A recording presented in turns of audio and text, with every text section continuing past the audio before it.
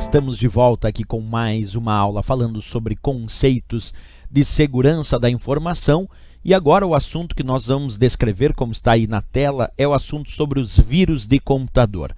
Vamos rever um pouco a teoria sobre isso e depois eu faço a explicação propriamente dita. Primeiro, um vírus de computador é considerado um programa malicioso, quer dizer, ele é considerado um tipo de malware. Ele é um programa que pode ou causa algum dano no sistema. Mas para ele ser considerado vírus de computador, ele precisa ter basicamente duas características. Para ser vírus de computador, primeiro, ele precisa de um hospedeiro para funcionar. Isso quer dizer que o vírus de computador não funciona de forma independente. Outros programas maliciosos sim funcionam de forma independente, mas para ser vírus de computador é necessário um hospedeiro para funcionar, porque ele não funciona de forma independente e ele também precisa ter a capacidade de se replicar, de criar cópias do seu código malicioso em outros hospedeiros. Por isso que, revendo a teoria, a gente verifica, observa, se propaga inserindo cópias de si mesmo e se tornando parte de outros programas ou arquivos. Isso é a capacidade de se replicar, se propagar inserindo cópias de si mesmo e se tornando parte de outros programas ou arquivos. Quer dizer, ele precisa de um hospedeiro para poder funcionar e realizar o seu processo de infecção. Aí sim, tendo essas duas principais características, já há um indício de ser de fato que aquele programa malicioso seja um vírus de computador, certo? Vamos demonstrar isso num desenho que eu montei aqui. Imagina que esse quadro azul é um arquivo que vai funcionar como hospedeiro para esse vírus de computador. Então percebe, esse vírus só vai funcionar se ele estiver dentro desse hospedeiro. Fora do hospedeiro ele não funciona de forma independente. Agora vamos verificar, vamos imaginar que eu tenho um outro arquivo que ainda não tem um vírus de computador, que não está infectado. Porém, o vírus pode se replicar, pode criar cópias de si mesmo em outros hospedeiros. Vamos observar ali no desenho, olha lá, o vírus então agora se replica e cria uma cópia do seu código malicioso num hospedeiro que a princípio não tinha aquele vírus de computador.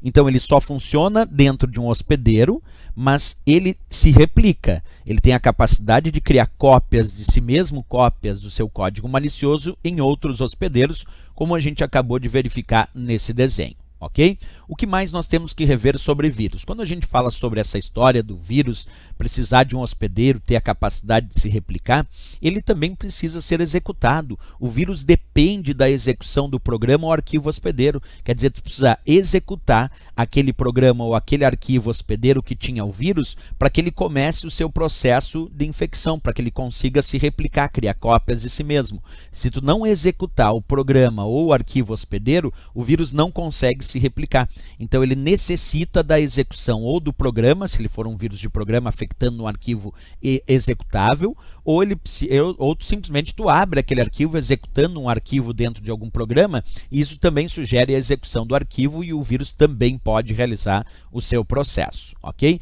Existem, claro, os principais meios de propagação de vírus atualmente. Antigamente se propagava muito vírus por disquete, mas com o desaparecimento do disquete, basicamente hoje através do envio de e-mail, com arquivos em anexo, com vírus infectados, é claro, e também através de mídias removíveis. Hoje em dia, principalmente pendrive, tem muito pendrive aí que traz vírus de computador, e aí quando tu conecta no outro computador, executa aquele arquivo, esse vírus pode atingir o teu computador também. Ou até através de páginas da web, quando é executado um script mal intencionado, também pode haver infecção por vírus, principalmente enviados por e-mail ou através de mídias removíveis infectadas. Mas até páginas da web também pode acessar, executar um script e o vírus poder infectar o teu computador também, ok? Nós ainda temos essa ideia de pensar em vários tipos ou variantes de vírus. Então existem os vírus propagados por e-mail, como eu disse, quando vêm anexados às mensagens de e-mail, aí tu recebe aquele e-mail e executa aquele arquivo anexado, e se ele tem um vírus ele começa a se propagar.